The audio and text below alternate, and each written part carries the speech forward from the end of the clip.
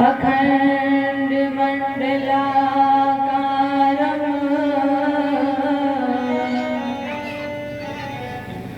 व्याप्तमेन चराचरम्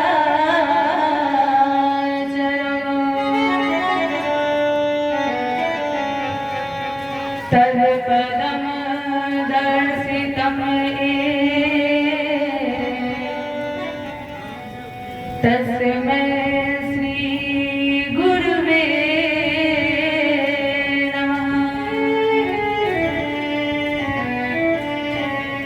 कृष्णाय वासुदेवाय हरे परमात्मने प्रणतक्लेशनाशाय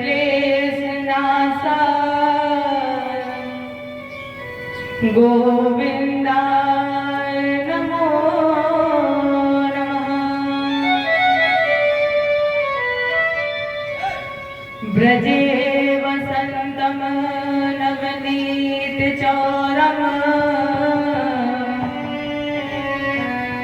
गोपाङ्गनानां जलकूलचौरम्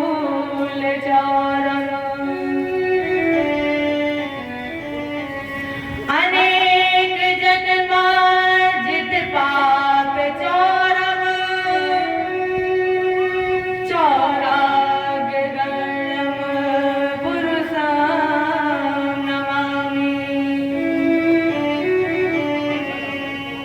सच्चिदानंद रूपाय विश्वपत्यादिहेतवे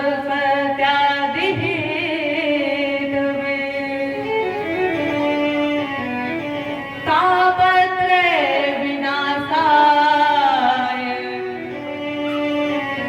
श्रीकृष्णाय वयं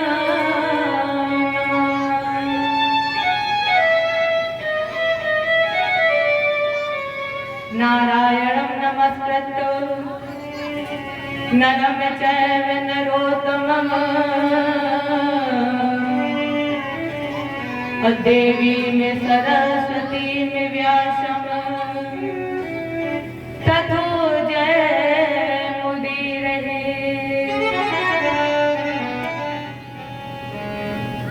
गिरिकोठाय व्रज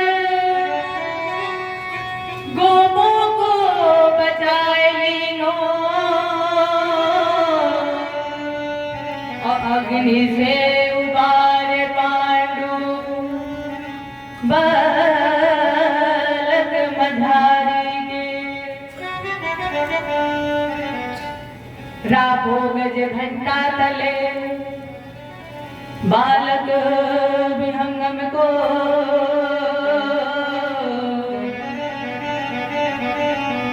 लाखों व्रत नेम धर्म पांडु की नारी को गज की अरज सुन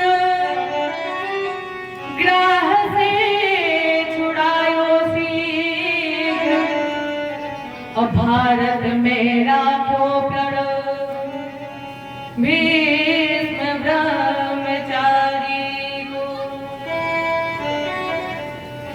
तीन विगतापहारी संत सुखकारी है जो मोहे दो भरोसो बारी सावले बिहारी को हे भारत के सारथी लाखों बार प्रणाम और आकर डोर संभालिए मन की छुट्टी लगा।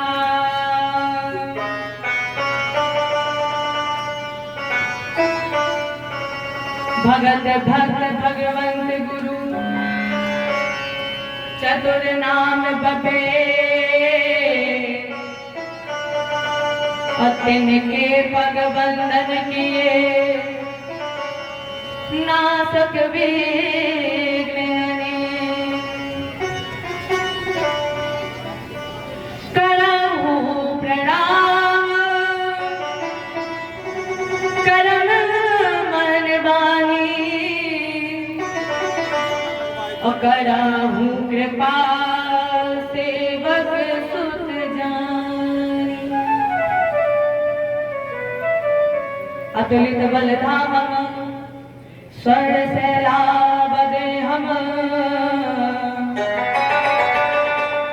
धनुज बन विशानम ज्ञानिन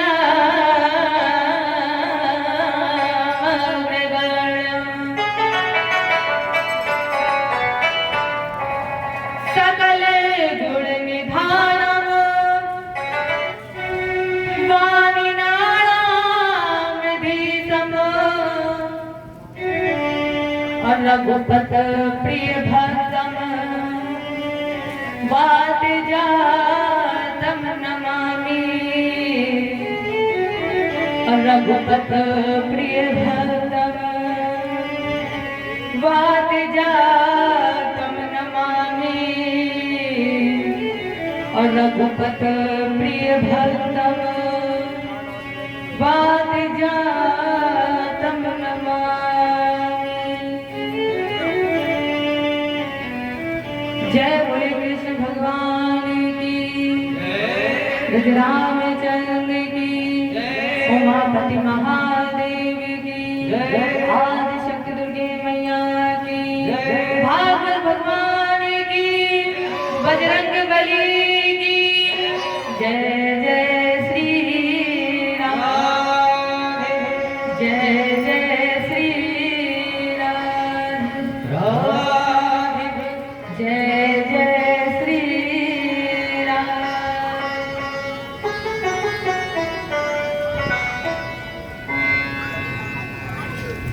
यहाँ पर उपस्थित समस्त भक्तजन श्रद्धालु माताएं इस व्यासपीठ से मेरा नमन स्वीकार करें।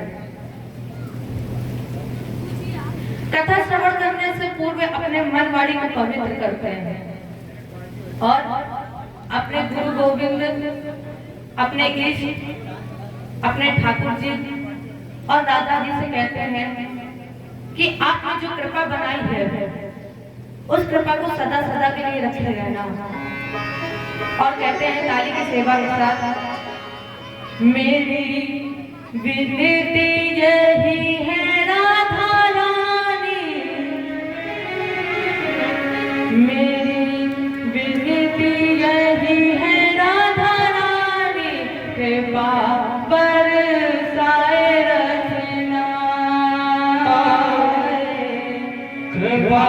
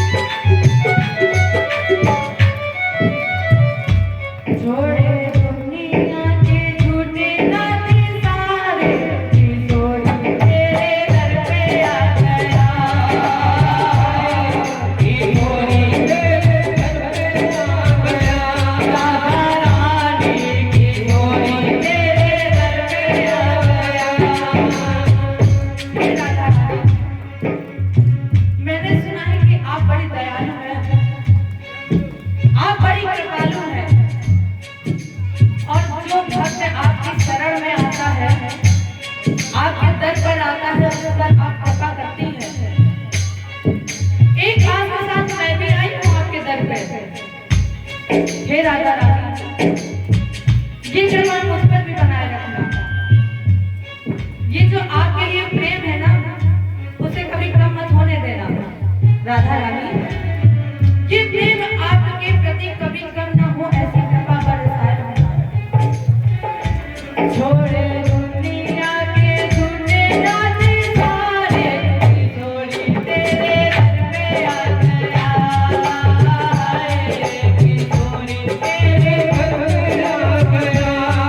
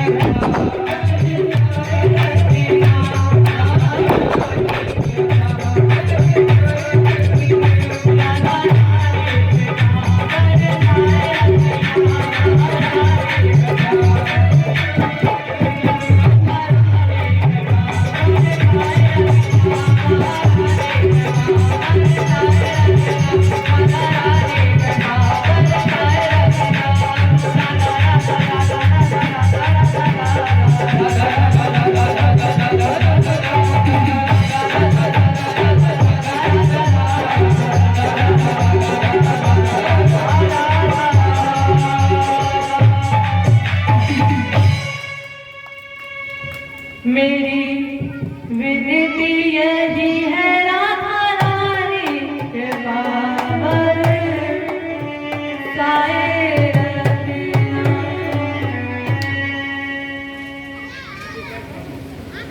परमहंस श्री सुखदेव जी के चरणों में हमारा कोटि सा नमन, प्रणाम, नमस्कार। कि इस वाणी से गाई हुई इस कथा को हमें आपको श्रवण कराने का गौरव प्राप्त हुआ।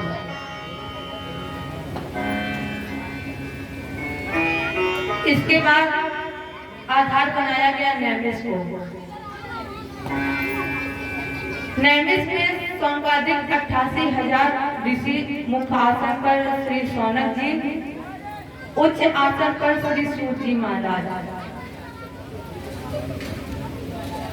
सौनक जी ने अपने कुछ जिज्ञासाएं रखी। महाराज जी, हम जब आपके शरण में आए हैं, इसलिए आप मुझे भगवत कथा सुनाएं। जिज्ञासा रखी। अज्ञान ध्वांत विध्वंस कोटि सूर समा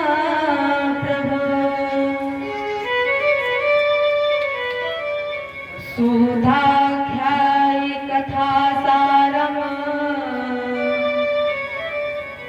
मम कर्णरसायनम।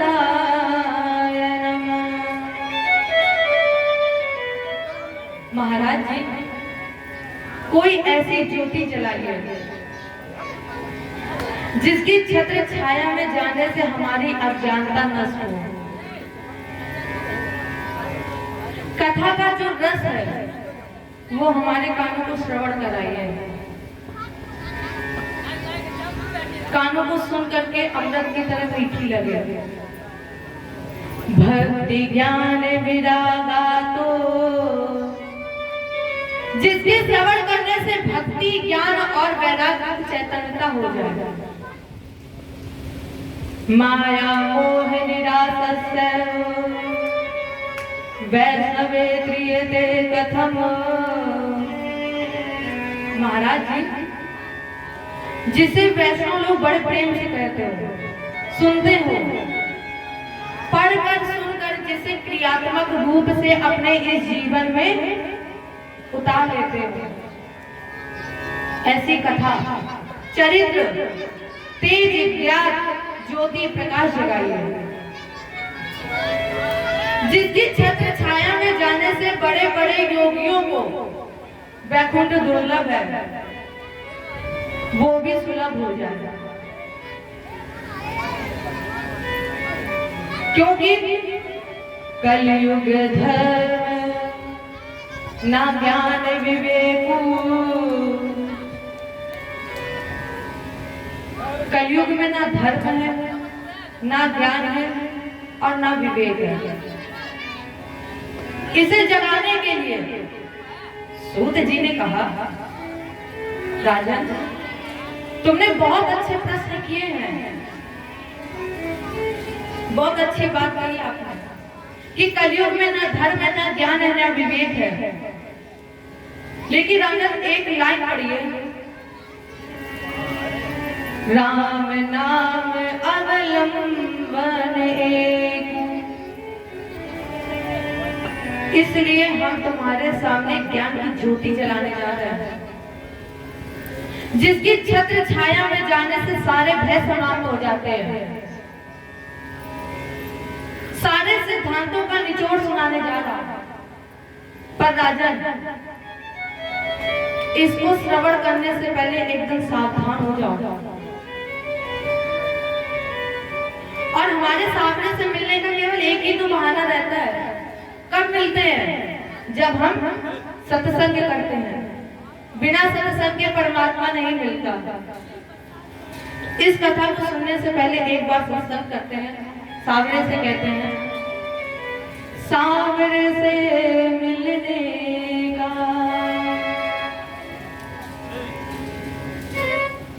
सत्संग ही बहाना है। सावरे से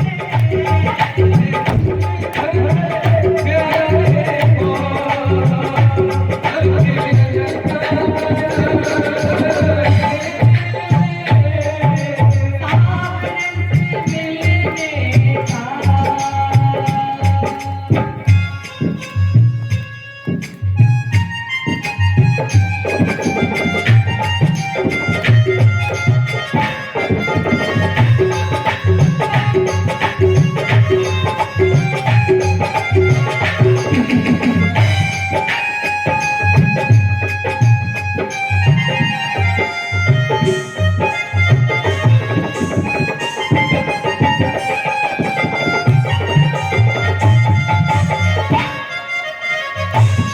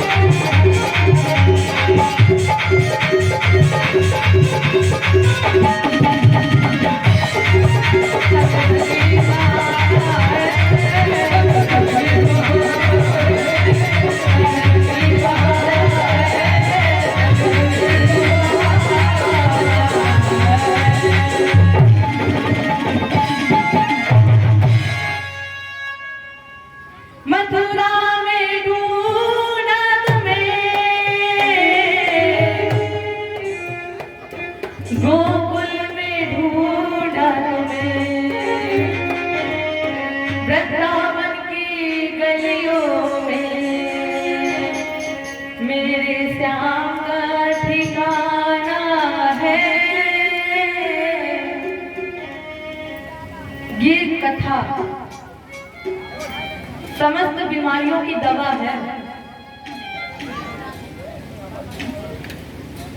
ये कथा मिलती किसे है? जिसे सत्संग प्यारा है। चलिए एक चर्चा सुनाए आपको।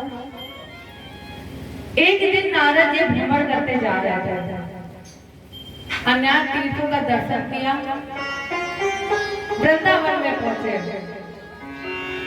तो वृंदावन में जब पहुंचे तो उन्होंने एक विचित्र दृश्य देखा।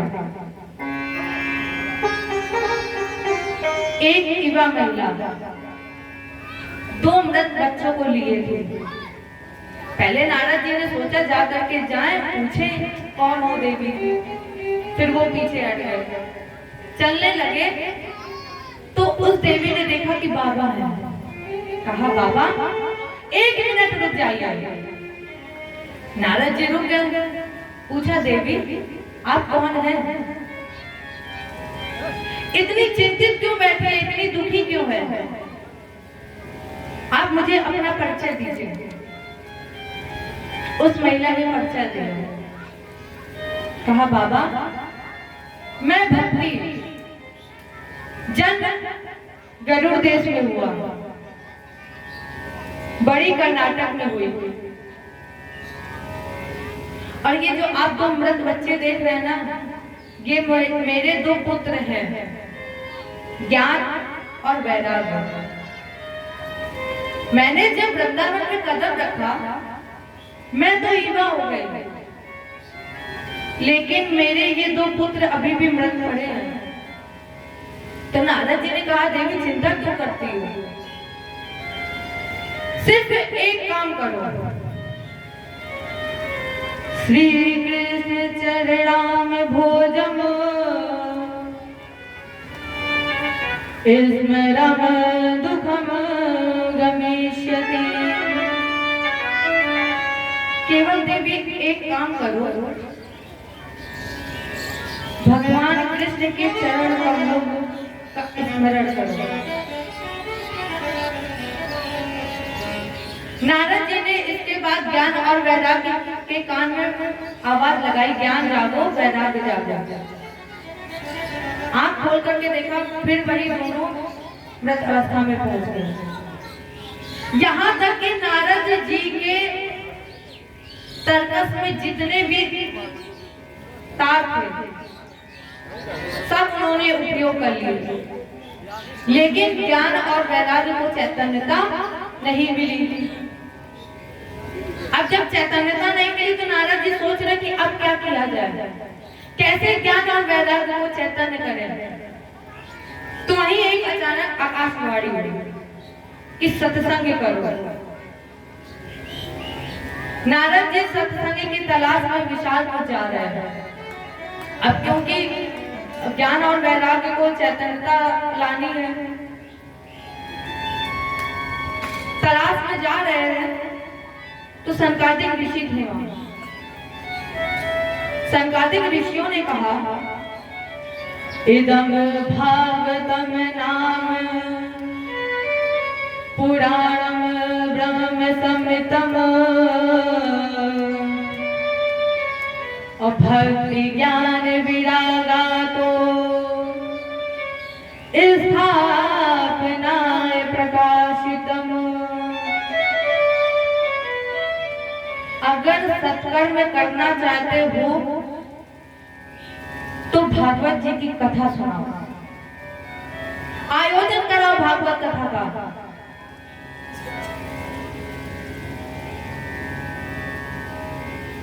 इससे बड़ा कोई सत्कर्म नहीं हो सकता है। 7 दिवस के बीच में होगा मरघटवा और सोने सी काया जले कोई न हो पार। इसको श्रवण करने से 7 दिन तक श्रवण करने से जन्म मृत्यु के बंधन से सारे मुक्त हो जाते हैं। जितने भी जन्म मृत्यु के बंधन है वो सब कट जाते हैं। नारद जी ने कहा आप भागवत जी की कथा सुनाने को कह रहे हैं। मैंने उन्हें जगाने के लिए वेद वेदांत घोषस्य गीता पाठ प्रबोधितम्। मैंने उन्हें जगाने के लिए वेद का उद्घोष किया, वेदांत श्रवण कराया, गीत का पाठ किया, और आप कह रहे हैं कि भागवत जी की कथा सुनाओ।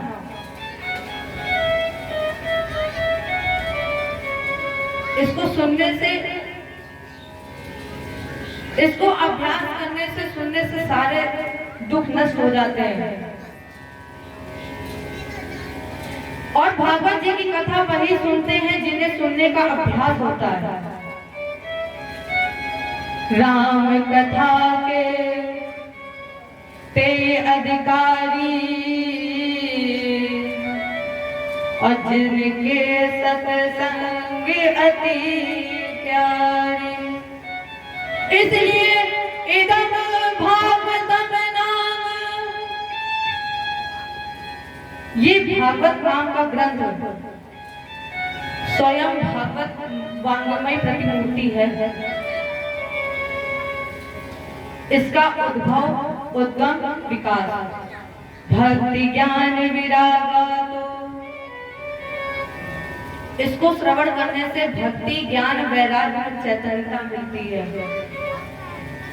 परिणाम स्वरूप गंगा द्वार समीपे तू तटमानंद नाम गम।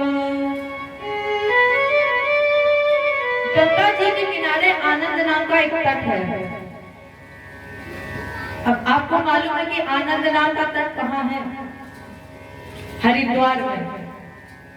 लेकिन विद्वानों ने हरिद्वार नहीं लिखा, क्या लिखा?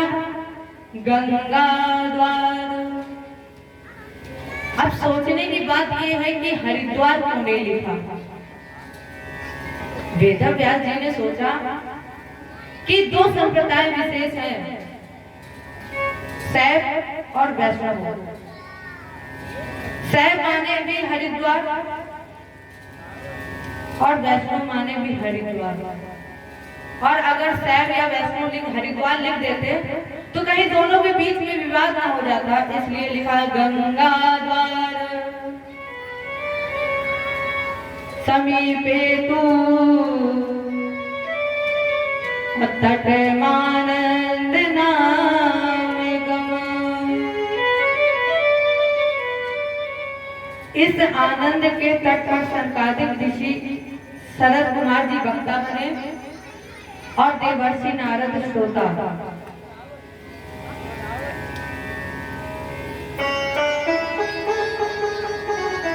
अब प्रश्न उठा कि इस कथा को सुनने के लिए श्रोता कहां से आया, कौन से श्रोता आया? क्योंकि अब जो कथा होती है उसका प्रचार 1 महीने पहले से ही होने लगता है, और पहले जो कथा होती थी तुरंत बोल दिया, तुरंत कथा। तो अब इसको सुनने के श्रोता कहां से आया? सूत जी कह रहे हैं यही श्रीमद् भागवत जी की कथा है। भृगुर वशिष्ठ चवनश गौतमो मेवातिथिर देवल देवरातो।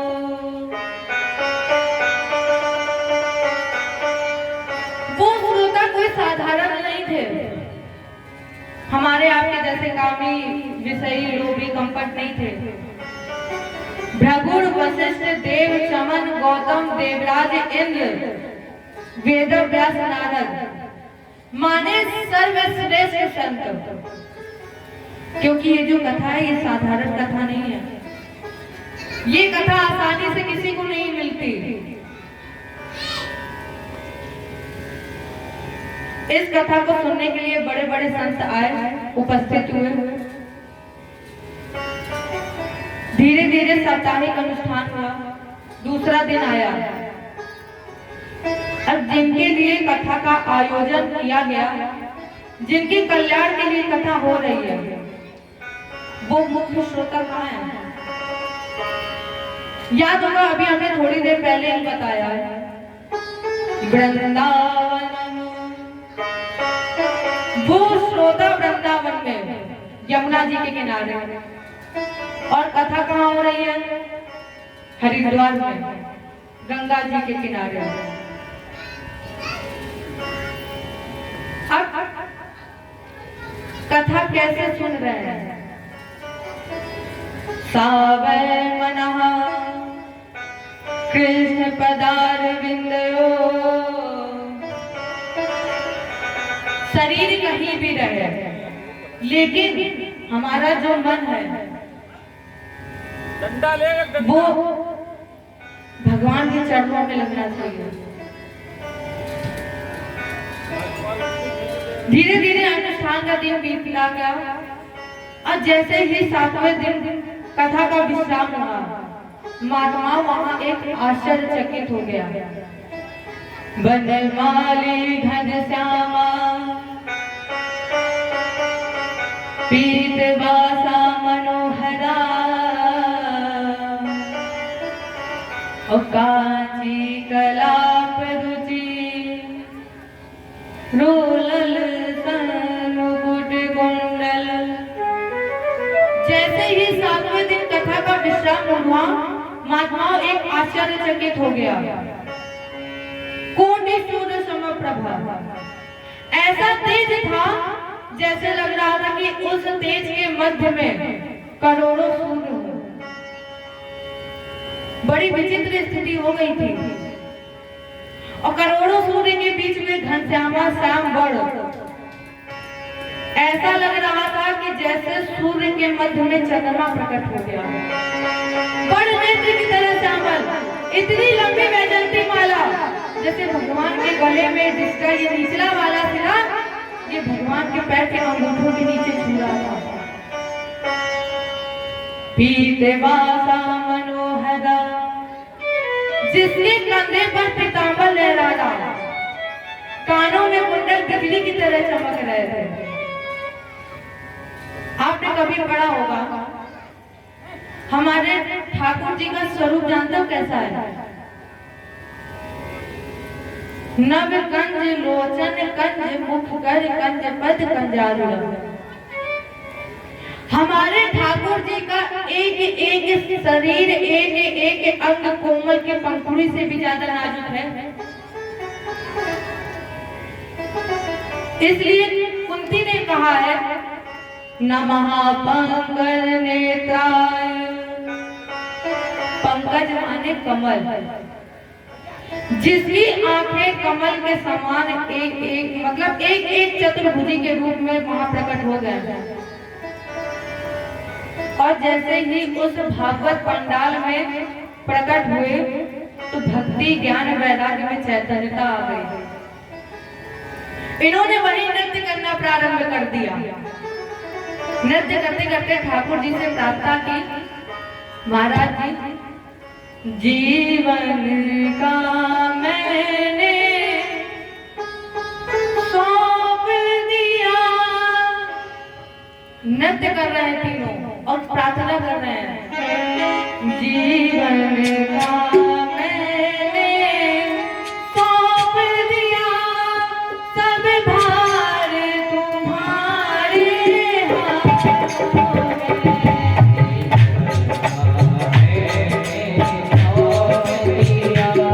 सब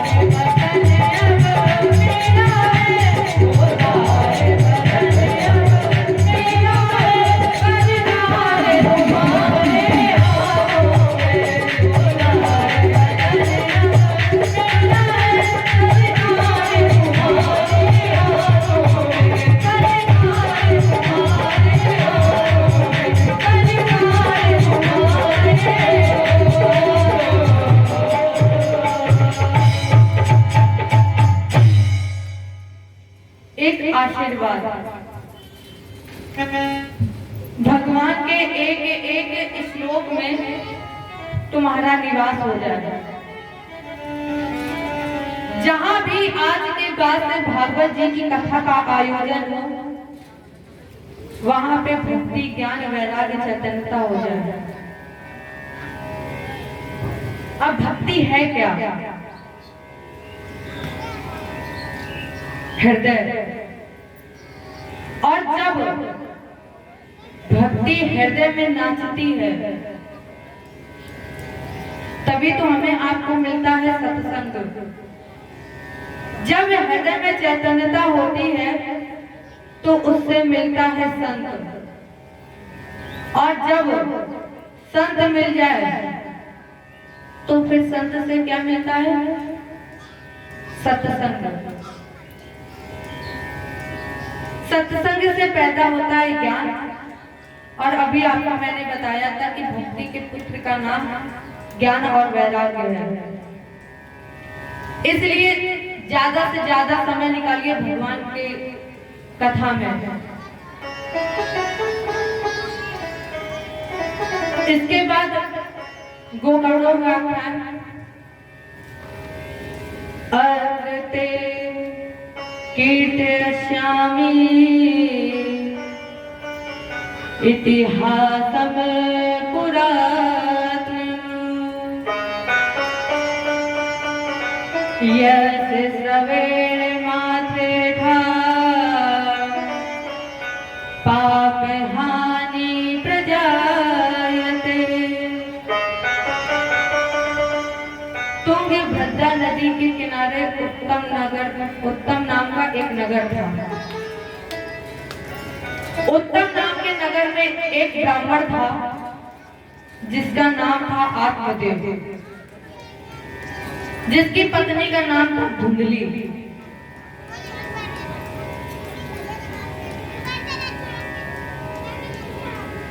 अब इस पृथ्वी पर आनंद कहां पर मिलता है? परमात्मा की शरण में। सुख कहां मिलता है? गृहस्थ जीवन में।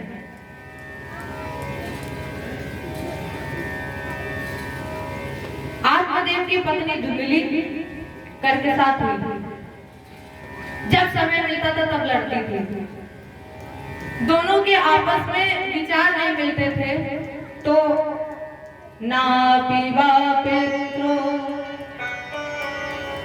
ना पिवा पुत्री अतत सेतातुरो मृगसम। ये निसंतान थे, तो आत्मदेव ने सोचा कि निसंतान से अच्छा है कि हम भगवत भजन करें। एक दिन दुखी होकर के आत्मदेव ने घर त्याग दिया। जा रहे थे, सोच रहे थे ऐसी पत्नी के साथ रहने से अच्छा है, और मैं निपुत्र भी हूँ तो मैं भगवान का भजन करूंगा।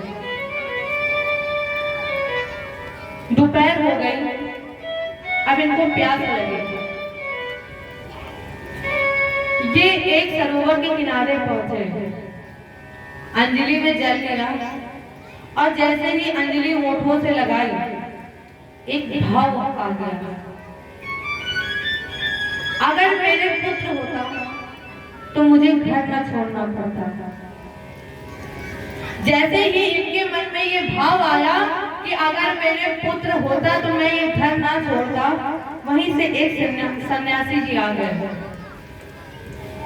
सन्यासी जी ने देखा कि आत्मदेव रो रहा है, क्या हुआ, चलो पूछ लेते हैं। तो आत्मदेव ने पूछा, महाराज जी क्यों रो रहे हो? आपके रोने का कारण क्या है? आत्मदेव ने कहा, महाराज जी मैं निपुत्र हूँ, इस बात का मुझे कोई दुख नहीं है। दुख तो इस बात का है कि पता नहीं मेरे कौन से पापों के जन्मों का उदय हुआ है। सन्यासी ने कहा, अच्छा ये बताओ कि तुम पुत्र लेकर के करोगे क्या? आत्मदेव ने कहा कि मेरा नाम बड़ा है।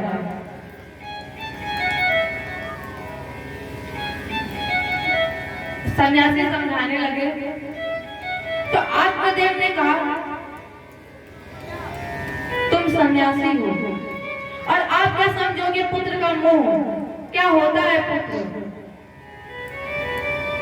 सन्यासी ने कहा देखो एक बात समझ लो, सप्त जन्मावधि पुत्रो नैमिचा नैमिचा। एक जन्म की बात छोड़ो, तुम्हारे 7 जन्म तक कोई संतान नहीं होगी। आत्मदेव ने कहा बाबा अगर आप चाहो तो इस विधान को पलट सकते हो।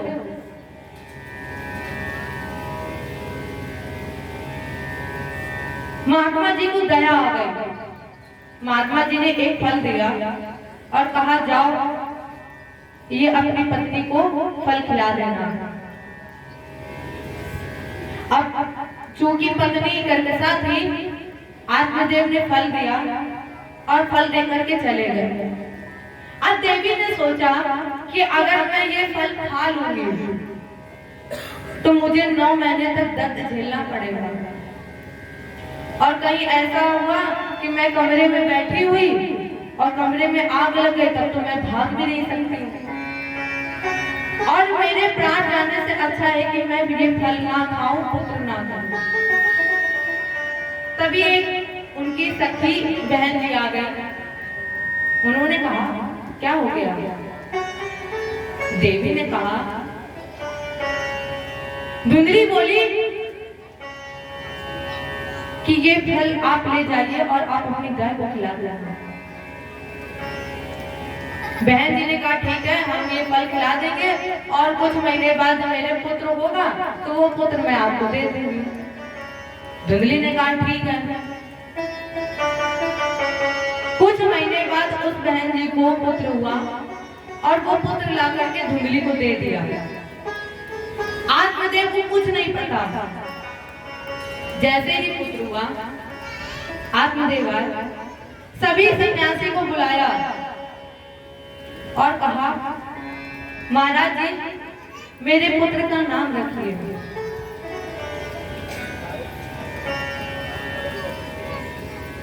तो सभी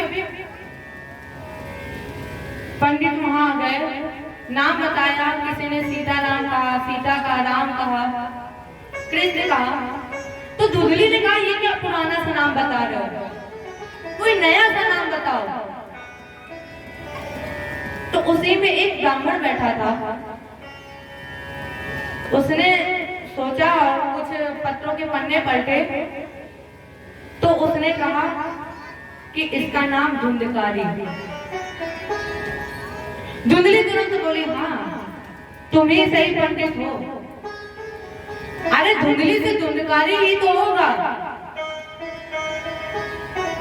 तुमने सही नाम बताया। इसका नाम रख दिया गया धुंधकारी। बड़ा हुआ, जब 3 महीने का हुआ तब फल से गाय ने भी इस एक बच्चे को जन्म दिया। सर्वांगम सुंदरम दिव्यम, ये सत्य के प्रसाद से पैदा हुआ, इसलिए निर्मलम कनक प्रभम, जिसका एक एक अंग दिव्य निर्मल पवित्र था। गोकर्णा पंडितो ज्ञानी, कान गाय के समान थे, इसलिए इसका नाम रख दिया गया गोकर्ण। गोकर्णा पंडितो ज्ञानी धुंधकारी महाखला। खल माने दुष्ट, और यहाँ पर प्रयोग किया गया है बहुवचन का। महाखला मतलब दुष्टों में भी प्रथम। बच्चे खेलते थे तो सिर भिड़ा करके गिरा देते थे, कभी धक्का मार देते थे थे, इतना उद्यम करता था कि आत्मदेव के पास उलहना आने लगे। 24 घंटे में कोई भी ऐसा 1 मिनट नहीं होता था जब आत्मदेव के पास उलहना ना आया हो। अब आत्मदेव रोने लगे, सोच रहे थे इससे अच्छा मैं तब था जब पुत्र नहीं था, कम से कम कोई उलहना तो नहीं आता था, किसी चीज की चिंता नहीं थी। वही गोगड़ आ रहे, कहा पिताजी क्यों रो रहे हो? आत्मदेव ने बताया, कहा गोगड़ मेरे जीवन का कल्याण कर, कोई उपाय बताओ जिससे मेरे जीवन का कल्याण हो जाए। मैं जान गया हूं कि इस संसार में कोई नहीं होता किसी का। गोगड़ ने कहा पिताजी कल्याण होगा जिस दिन व्यक्ति को ये ज्ञान हो जाए कि अपना संसार में कोई नहीं है, समझो उसी दिन ही कल्याण हो गया। जब आपको ये पता चल जाए कि इस संसार में आपका कोई नहीं है तो समझ लेना कि कल्याण हो गया। पिताजी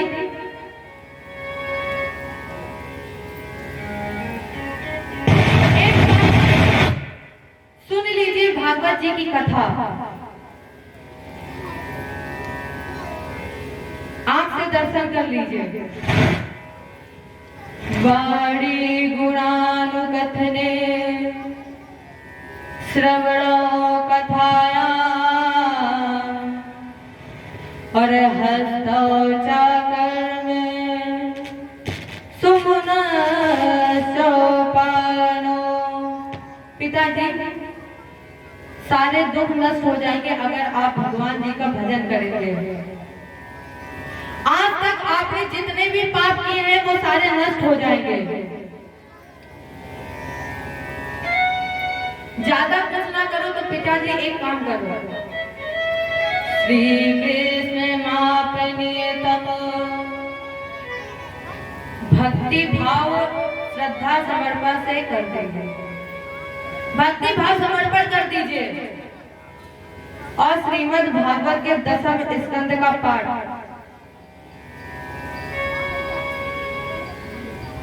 आत्मदेव ने श्रीमद् भागवत का पाठ किया और पाठ करके भगवत धाम को प्राप्त किया। पिताजी के जाने के बाद दुधिकारी के अंदर 4 चीजें आ गई। पहली, पिता की अनुपस्थिति में जुआ खेलने लगा। दूसरी, शराब पीने लगा। तीसरा, चरित्र का पतन करने लगा। और चौथा, वैश्याओं का साथ। क्योंकि पैतृक संपत्ति कब तक साथ देगी? धन सारा नष्ट हो गया। परिणाम स्वरूप धुंधकारी ने अपनी मां को लातों से पीटा। इतना होश नहीं रहा कि धुंधकारी ने अपनी मां धुंधली को लातों से पीटा। धुंधली का अपमान किया और ये अपमान सहन नहीं कर पाई तो धुंधली ने जाकर के कुएं में प्राण त्याग दिया। धुंधकारी ने राजा के यहाँ चोरी की, वैश्याओं को दे दिया। वैश्याओं ने एक दिन भोजन करा के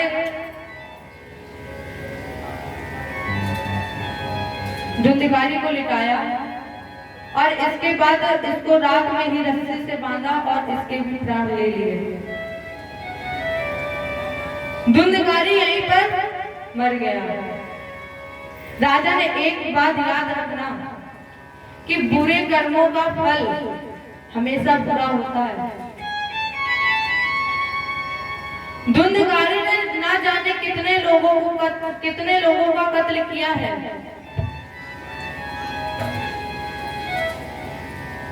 इसलिए आज धुंधकारी का भी कत्ल हो गया। जैसे ही गोकर्ण को पता चला, गया जी में श्राद्ध किया, गोकर्ण लौट करके आए, महल में सो रहे थे। रात में अचानक इनकी आवाज खुली, आंख खुली, अजीब अजीब से दृश्य दिखाई पड़ रहे थे, भिन्न भिन्न रूप दिखाई पड़े। गोकर्ण ने कहा, कौन हो तुम?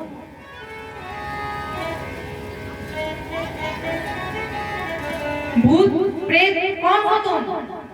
एक आवाज आई, अहम भ्राता, मैं तुम्हारा बड़ा भाई। त्वदीयो इसमें धुंधकारी नाम था, मेरा नाम धुंधकारी है। तो गोकर्ण ने कहा, धुंधकारी? मैंने तो गया जी में श्राद्ध किया, पूजन पाठ करा, तब भी तुम्हारा उद्धार नहीं हुआ। धुंधकारी फूट फूट कर रोने लगा। भैया, गया साध्र सतैनपि मोतिर्मे न भविष्यति। भैया गोकर्ण, एक बार नहीं, सैकड़ों बार भी आप गया जी में जाकर के पिंडदान कर लें, श्राद्ध पूजन कर लें, फिर भी मुझे मुक्ति नहीं मिलेगी, क्योंकि ये मात्र पितृद्रोही था। और भगवान उसे कैसे तार सकते हैं जो मात्र पितृद्रोही हो? क्योंकि स्वयं राम जी ने कहा है,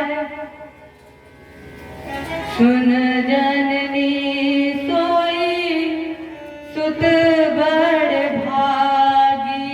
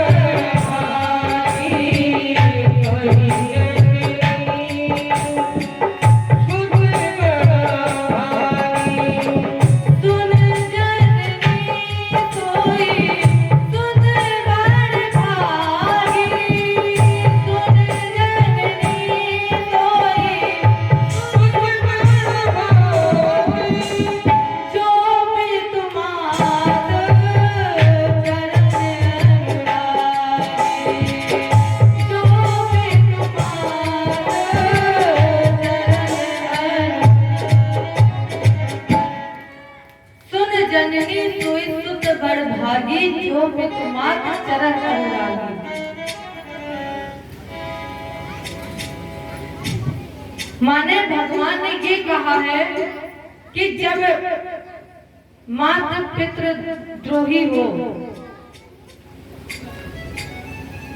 तो उसका कल्याण नहीं हो सकता। चाहे आप जितनी भागवत की कथा सुन ले, फिर भी आपका कल्याण नहीं होगा। एक दिन गोकर्ण जी जा रहे थे तो गोकर्ण जी ने भगवान भास्कर का रथ रोक दिया, और जब सूर्य भगवान का रथ रुक गया, प्रकट हो गए, गोकर्ण ने कहा, स्वामी प्रभु, मुझे अपने भाई का उद्धार करना है, कोई ऐसा उपाय बताइए जिससे मेरे भाई का उद्धार हो जाए। सूर्य भगवान ने कहा, इदम श्रीमद् भागवतान मुक्ति असप्ताहम वाचनम कुरु। सूर्य भगवान ने कहा, गोकर्ण, अगर अपने भाई का कल्याण चाहते हो तो उसको भागवत की कथा सुनाओ। कथा सुनाने से उसको सद्गति हो जाएगी। कैसे? बोले, भगवान के नाम में अगर चंदन की तरह शीतलता है तो भगवान के नाम में अग्नि की तरह दहाकता भी है। भगवान जी की कथा में अच्छे अच्छे बुरे बुरे लोगों को तारती है, भागवत जी की कथा मुक्ति देती है। तो गोकर्ण वक्ता बने, एक ब्राह्मण को श्रोता बनाया और एक सुंदर पंडाल का निर्माण किया। किसी प्रकार की कोई समस्या नहीं। उस समय धुंधकारी भटक रहा था। धुंधकारी ने एक 7 गांठ का बांस देखा और उसी 7 गांठ के बांस के अंदर बैठ गया और भगवान जी की कथा सुनने लगा। एकदम एकाग्र होकर भगवान जी की कथा सुन रहा था। पहले दिन की कथा समाप्त हुई तो पहली गांठ फट गई। इसी तरह दूसरे दिन की कथा समाप्त हुई, दूसरी गांठ कटी। 7 दिन की कथा में उन बात की 7 गांठें फट गई। धुंधकारी का रूप परिवर्तित हो गया, देव रूप में प्रकट हो गया और भगवान ने जैसे ही वो देव रूप में प्रकट हुआ तो भगवान ने एक विमान भेज दिया। कहा कि धुंधकारी को लेकर आना। धुंधकारी उस विमान पर जैसे बैठा, गोकर्ण ने कहा क्या भगवान भी पक्षपात करते हैं? क्यों? बोले कथा सबने सुनी लेकिन विमान एक ही भेजा। भगवान के पार्षदों ने कहा नहीं गोकर्ण, कथा तो सबने सुनी, सब सुन रहे हैं, लेकिन सबके विचार एक जैसे नहीं है। सबके विचार अलग अलग हैं। जो श्रवण में भेद है वही भगवान के फल में भी भेद है। बैठे तो यहाँ सब लोग हैं, लेकिन किसी का मन इस कथा पे लग रहा होगा, किसी का मन कहीं और भटक रहा होगा। सबके विचार एक जैसे नहीं है। अब विमान का मतलब क्या है? भगवान की कथा सुनने के बाद जिसके जीवन का चला गया अभिमान, वही है विमान। इस कथा को सुनने के बाद जिसके भी जीवन में अभिमान है, वो अगर चला गया, वही है विमान। क्योंकि तेरी सत्ता के बिना, एक बार उसकी बात को मान करके देखो, उसके चरण कमलों को छुओ और अगर बात मान लोगे तो एक बात जरूर कहिएगा, ठाकुर जी जहां ले चलोगे वही मैं चलूंगा। प्रभु जिस तरफ आप ले चलोगे उस तरफ चलूंगा। पर एक बार ठाकुर जी के पास जा करके तो देखो, मन से बुलाओ तो वो जरूर सुनेंगे। जहां ले चलोगे वही मैं चलूंगा।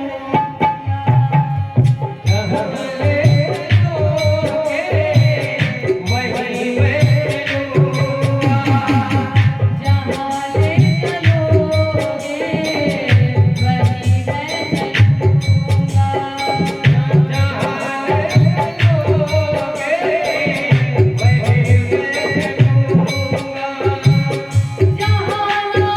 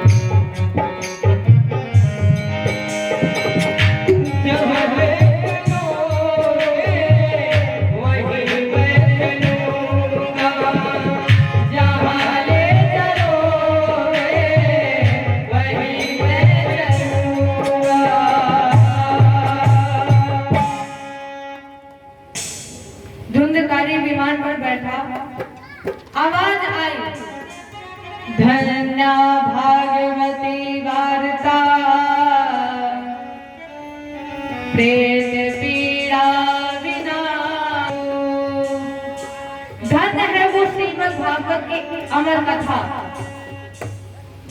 जो प्रेत की पीड़ा का भी नाश करती है।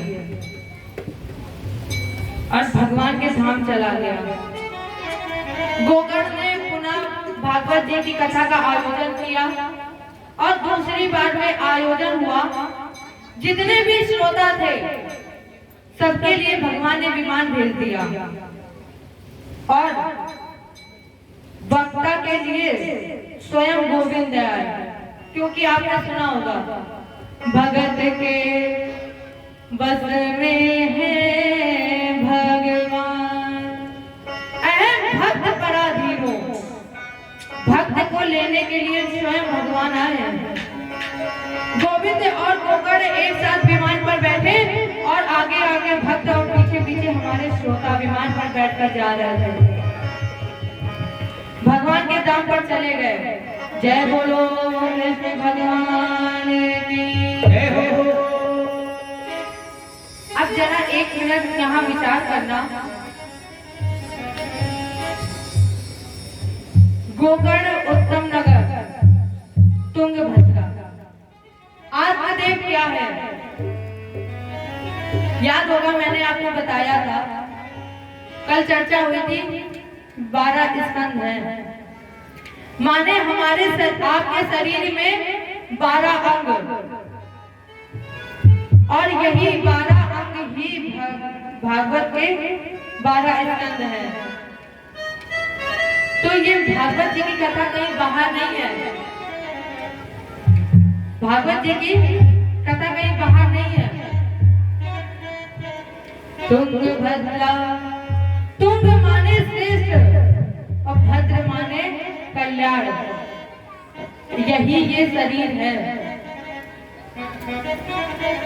इस उत्तम नगर में रहते हुए प्राणी अगर चाहे तो कल्याण कर सकता है और चाहे तो कल्याण नहीं कर सकता।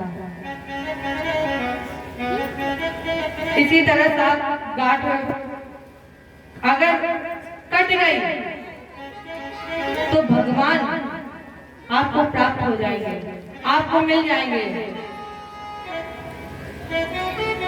7 गांठ है क्या?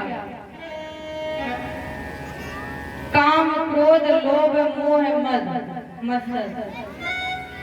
जो माया मोह के बंधन से मुक्त हो जाएगा वो भगवान को प्राप्त करने में समर्थ हो जाएगा। अगर इस जीवन से माया मोह का बंधन छूट गया तो परमात्मा आसानी से मिल जाएगा। सारे जन्म मृत्यु के बंधन मुक्त हो जाएंगे। वेद व्यास जी ने एक शिखंडी श्लोक में लिखा है, सारे संसारे विषय विष संगा कुलधिना क्षरार्थे क्षेमार्थे पिबत सुखे गाथा कुल सुधा किमर्थे व्यर्थे भो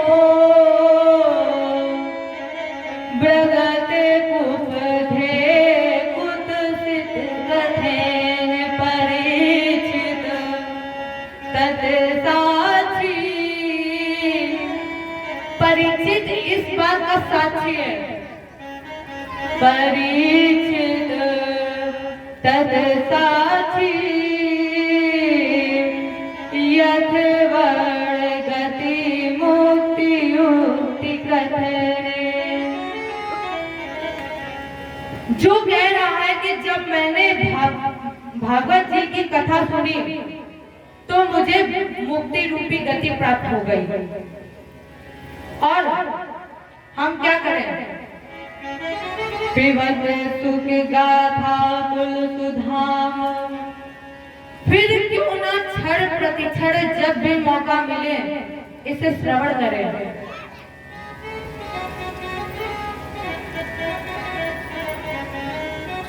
परमात्मा ने कभी ये नहीं कहा है कि तुम कामना करो। परमात्मा ने कभी ये नहीं कहा है कि अपने भक्तों से कभी कुछ मांगा नहीं है, कभी ये नहीं कहा कि तुम कर्म ना करो, क्योंकि भगवान ने जो संदेश दिया है, कर्मणा जायते जंतु और कर्मणेव विवीयते, सुखम दुःखम भयम क्षेमम कर्मवादित पद्धते।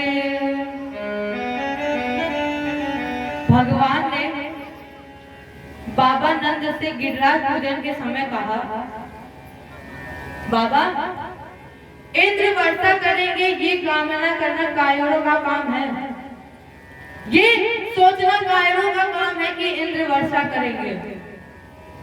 और भारत भूमि तो ऐसी भूमि है जो कर्म भूमि है। इस कर्म भूमि भारत में नर कर्म योनि है।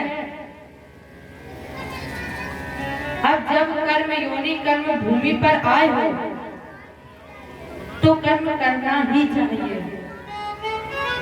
लेकिन कर्म करने के बाद एक वाक्य हमें जरूर बोलना चाहिए, ओम ब्रह्मार्पणम् अस्तु।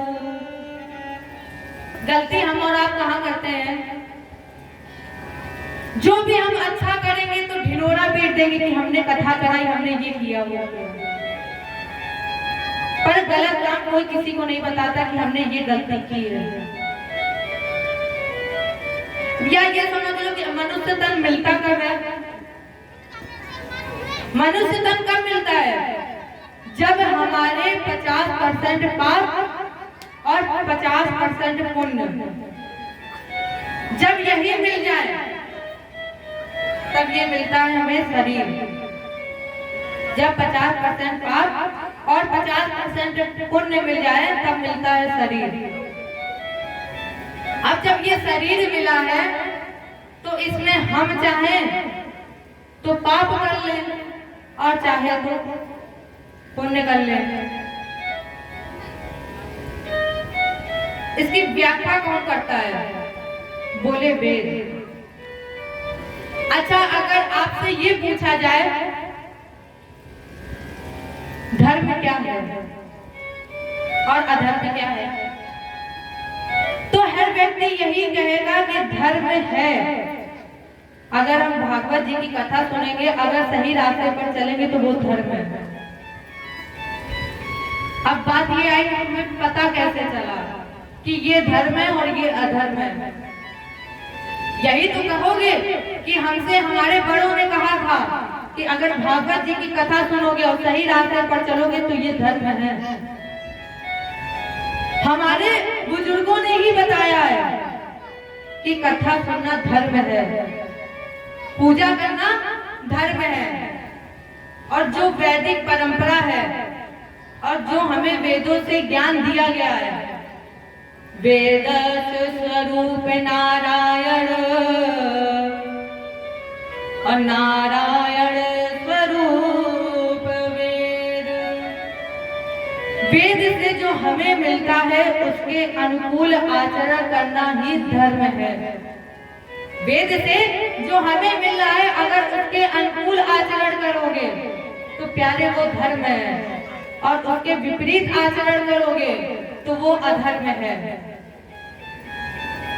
फिर 83,99,999 योनियां हैं, और अगर हम वैदिक व्यवस्था के अनुकूल चले तो फिर हमें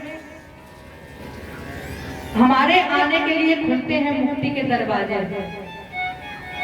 अगर वैदिक व्यवस्था के अनुकूल चलेंगे तो हमें मिलेंगे मुक्ति के दरवाजे। अब मुक्ति का मतलब क्या है? मुक्ति का मतलब है किसी भी बंधन से मुक्त होना। जितने भी बंधन हो उस बंधन से मुक्त होना ही मुक्ति है। अब हमारे और आपके ऊपर केवल दो ही बंधन है। पहला बंधन है महाभारत में प्रमाणित किया गया है, हमारे आपके ऊपर जन्म से मृत्यु तक के लिए केवल एक ही बंधन कामना का, केवल एक ही काम करें। काम तो सभी करते हैं, लेकिन काम के साथ साथ कामना भी करते हैं। यही कामना का बंधन है। एक कवि ने लिखा है, जग में जन्मे जब बाल भये, तब एक रही सुध भोजन की। जब हम संसार में आए और जब बाल्यावस्था में गए, तब केवल एक कामना भोजन की। और तन में करुणा आई जब प्रतिक्ली, और तब प्रीत रही तरनी तर की। अच्छा, बचपन से जवानी में गए, पता चला? नहीं पता चला। जवानी से कब बुढ़ापा में चले गए किसी को नहीं पता चलता। या तो आप चाहे 24 घंटे शीशे में देखते रहे, तब भी आपको पता नहीं चलेगा कि बुढ़ापा आ गया। लगेगा कि हाँ बुढ़ापा आ रहा है, ये नहीं पता चलेगा कि बुढ़ापा आ गया। कब आ जाएगा बुढ़ापा पता नहीं चलता। पहला वरदान कामना का। जिस दिन हम कामना के बंधन से मुक्त हो जाएंगे, कामना के बंधन को तोड़ देंगे, जिस दिन हम कामना पर विजय प्राप्त कर लेंगे, उसी दिन हमें परमात्मा को कहीं ढूंढना नहीं पड़ेगा। ये ध्यान रखिए कि परमात्मा कण कण में है। कोई ऐसी जगह नहीं है जहां पर परमात्मा ना हो। बस उसको देखने के लिए, उसको पहचानने के लिए हमें चाहिए नेत्र। या ये कह दिया जाए कि जब तक हम मंदिर नहीं बना लेंगे, जब तक हम मन को मंदिर नहीं बना लेंगे, तब तक परमात्मा नहीं मिलेगा। और जिस दिन हम मन को मंदिर बना लेंगे, उस दिन परमात्मा तुम्हें हर एक जगह दिखाई देगा। कहीं जाने की जरूरत नहीं पड़ेगी अगर मन को मंदिर बना लिया। प्यारे, अगर इस बंधन से मुक्ति चाहते हो तो वेदव्यास जी लिख रहे हैं, निगम कल्पितरोर्गलितम फलम। निगम कहते हैं वेद को। वेद रूपी कल्प वृक्ष की डाल पर बैठा था एक सुख। सुख माने तोता। दोनों विधाओं से ये निश्चित है कि सुख के द्वारा जिसमें भी चोट लगा दी जाए, वो फल मीठा हो जाता है। जिस डाल पर तोता बैठ जाए, उस पर चोट लगा दे, वो एकदम मीठी हो जाती है। अब इसकी तुलना हम लोग कर सकते हैं आम के फल से। अच्छा, एक प्रश्न करना है, बताना सभी लोग। आम का फल जब खाते हो, आम खाते हो, स्वाद किसमें मिलता है? गुठली में कि गूदा में? आम जब खाते हो तो स्वाद किसमें मिलता है? गूदा में कि गुठली में? गूदा में नहीं मिलता है। अच्छा, अगर जब गूदा में मिलता होता स्वाद, तो लोग फेंकते फेंकते भी गुठली को 4-5 बार चूसते जरूर हैं। आप बताओ स्वाद किसमें? गुठली में ही तो है। उसी प्रकार हमारे परमात्मा जी हैं, एकदम मीठे से। उसका असली रस राम कथा के ते अधिकारी। अगर उसका विशेष रस नहीं लिया तो भगवान के जो भक्त हैं, जो कथा गाने वाले हैं, जो परमात्मा को मानते हैं, तो वो सुबह उठकर सीधे एक ही वाक्य बोलते हैं, श्री राम जय जय राम। अगर कोई परमात्मा को सच्चे दिल से मानते हैं तो उठकर सीधे यही बोलते हैं, श्री राम जय जय राम। इसलिए पिबत भागवतम, पीते रहो, क्योंकि इससे सुनने से कुछ ना कुछ हमें प्राप्त होता ही है, कुछ ना कुछ रस मिलता ही है। इसी तरह हमारे भागवत जी की कथा है। जैसे जैसे आगे बढ़ते जाओगे अपने आप प्यारे तुम्हें रस मिलता रहेगा। इसलिए पिबत पियो, जहां पर भी मौका मिले, जैसे भी मौका मिले, क्षण प्रति क्षण पीते रहो। महाराज जी ने एक बहुत ही सुंदर चर्चा की है, यानि वेद वेदान श्रेष्ठो भगवान वाद नारायण अन्य चामुन्यासु अपरावर वियो विदु। आपने ये जो चर्चा बताई मुझे बहुत अच्छी लगी, लेकिन अब इस चर्चा सुनने के बाद हमारी स्थिति एकदम विषम जैसी हो गई। क्या हुआ महाराज जी, मेरी स्थिति ऐसे हो गई है जैसे जेठ का थका हुआ पथिक और आपने उसे पानी ना दिया पर आधा दिया। मुझे आपने जो ज्ञान दिया है इससे मन में हमारे और जिज्ञासा जाग उठी है। इसलिए महाराज जी मेरे 6 प्रश्न हैं। ये जो आपने कथा सुनाई, इस कथा से हमारे मन में कुछ जिज्ञासाएं आई हैं और महाराज जी इसी जिज्ञासा के साथ मैं आपसे 6 प्रश्न करना चाहता हूँ। सबसे पहला प्रश्न, मनुष्य के परम कल्याण का साधन क्या है?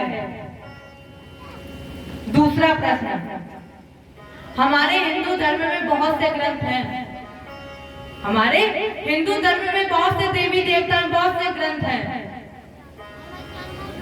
अब इन ग्रंथों में हम किसे पढ़ें किसे ना पढ़ें, भ्रमित हो जाते हैं कि किसको श्रवण करें किसको श्रवण ना करें। इसका सार क्या है? महाराज जी मेरा तीसरा प्रश्न, वो अजन्मा है तो फिर जन्मा कैसे? चौथा प्रश्न, अगर वो धराधाम पर आए तो कितने स्वरूपों में आया? जब वो अनाम है तो उसका नाम कैसे पड़ा? पांचवा प्रश्न, भगवान के 24 अवतारों में 2 अवतार श्रेष्ठ हैं, रामावतार और कृष्ण अवतार। देव क्या वसुदेवस्य जाको यस चिकित्सया। वसुदेव और देवकी की भक्ति से भगवान वासुदेव बन करके आए। इनके जन्मोत्सव का सुंदर वृत्तांत है। महाराज जी मेरा छठा प्रश्न, जब भगवान इस धराधाम को छोड़ करके गए तो इस धराधाम पर कलयुग आ गया। भगवान के परम धाम गमन करते ही इस धराधाम पर कलयुग प्रवेश कर गया। और जब कलयुग प्रवेश कर गया तो कलयुग में ना तो धर्म है, ना ज्ञान है और ना विवेक है। तो फिर धर्म की गति क्या होगी? धर्म की रक्षा किसने की? इसलिए मेरे 6 प्रश्न हैं। गाते हैं एक बार ठाकुर जी का नाम, गोविंद मेरो है गोपाल मेरो है, गोविंद